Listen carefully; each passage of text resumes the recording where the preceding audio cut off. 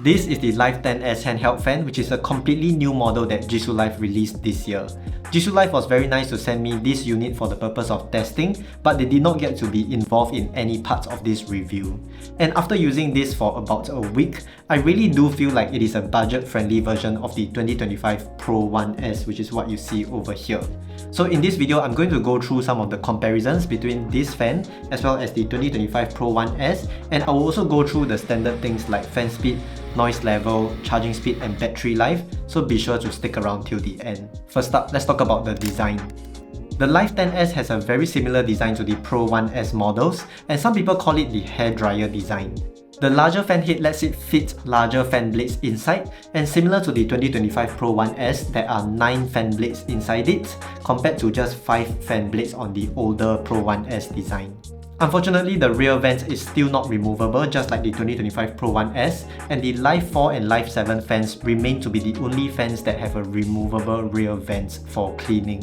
The openings on the rear vents of the Life10S seems to be larger than the ones on the older Pro1S and more similar to the 2025 Pro1S. These will likely mean lower air resistance and lower noise level because air can flow through more easily. The openings on the front vent is also similar to the 2025 Pro1S, which is slightly larger than the front openings on the older Pro1S. I'm glad that Jisulife migrated this newer and better design from the 2025 Pro1S to the Life10S, because if you watch my previous review on the 2025 Pro1S, you'll know that this newer design led to pretty significant improvements in noise level, wind speed, as well as battery life. The entire casing of the fan is made of plastic with some minimal text and branding on the fan.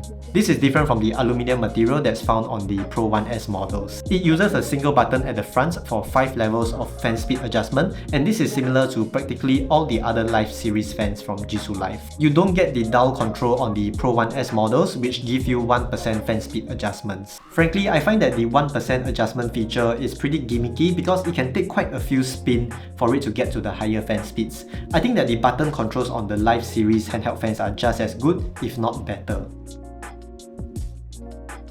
The screen brightness is similar to the screen on the Life4 and Life7 fans, so it's bright enough indoors but will require some shade to see it clearly under bright sun.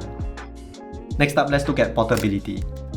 Because of the hairdryer design, the large fan head becomes a drawback when it comes to portability, especially when compared to fans like the Life4, which has a slimmer side profile, and when compared to the pancake profile on the Life9 and the Ultra series fans. Here are some visualizations of how much space it takes up in bags of different sizes. Because its size and design is practically the same as the Pro1S, I'm reusing the same clips from my 2025 Pro1S review video over here. Next up, fan speed.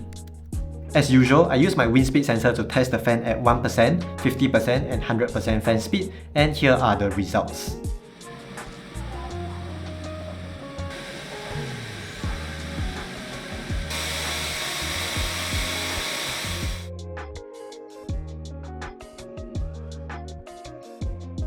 I compared the results with the 2025 Pro1S, and over here you can see that at lowest fan speed, the Life10S produced a stronger wind than the 2025 Pro1S, but it did not beat the 2025 Pro1S at the highest fan speed. This is likely because the 2025 Pro1S uses stronger motors, because as far as I can tell, all the other physical aspects of the Life10S and the 2025 Pro1S is pretty much the same, so the difference is most likely due to the motors. The 2025 Pro1S certainly gives you a wider range of wind speed compared to the Life10S. This means that if you own the Life10S, you won't be able to bring the wind speed and the noise level down as much as the Pro1S when it comes to noise sensitive environments. And when it comes to really warm environments, you won't be able to bring the wind speed up to a much higher level for better cooling compared to the 2025 Pro1S.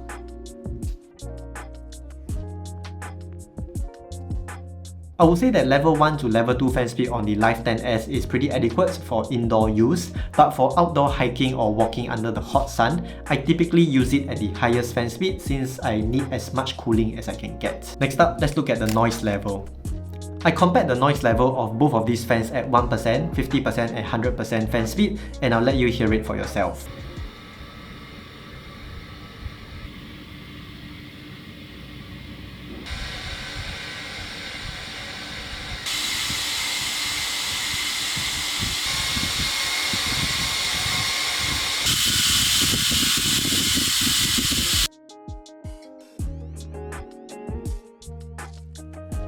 I was quite surprised that the Life10S was only 1 decibel louder than the 2025 Pro1S, even though its minimum wind speed is about 0.66 meters per second higher than the 2025 Pro1S. At maximum fan speed, the Life10S is quieter than the 2025 Pro1S, which is to be expected given that it also has a lower wind speed.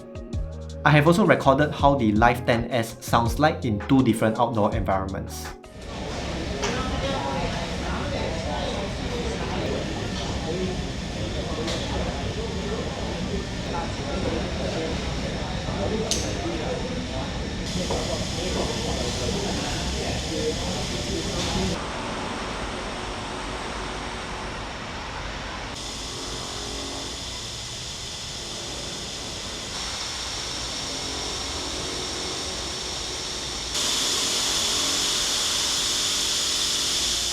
Next up, let's talk about battery life.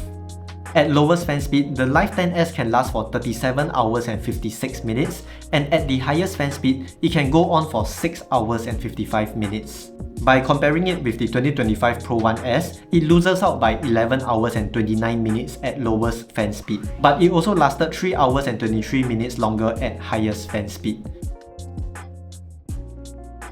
These results aren't really surprising since the Life10S has a higher minimum fan speed and slower maximum fan speed compared to the 2025 Pro1S. Next up, let's look at charging speed.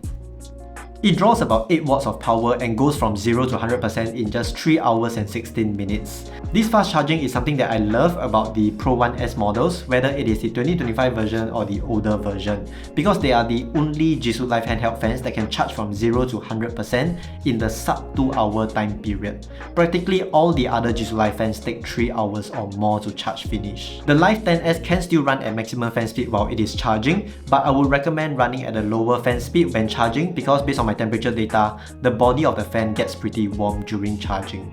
Previously, you would have to pay about 50 to 60 Singapore dollars to get this hair dryer type of fan head design, which offers a good balance of fan speed and quietness, but it was only available on the more expensive Pro1S. I think with the Life10S, Jisulife is basically trying to offer to consumers access to the newly improved 2025 Pro1S fan head design, but at a lower price point. Of course, there are going to be some compromises on fan speed, battery life, charging speed, and the build quality, but I think that if you're looking to buy your first handheld fan and you want pretty much the same design on the 2025 Pro1S, then I think that this Life10S is a pretty good budget-friendly option. But if you have more cash to spare and you want something that can produce much stronger wind speeds, why not check out my review of the new Jisulife Ultra 2 handheld fan right over here. Thank you so much for watching and I'll see you in the next video. Bye bye.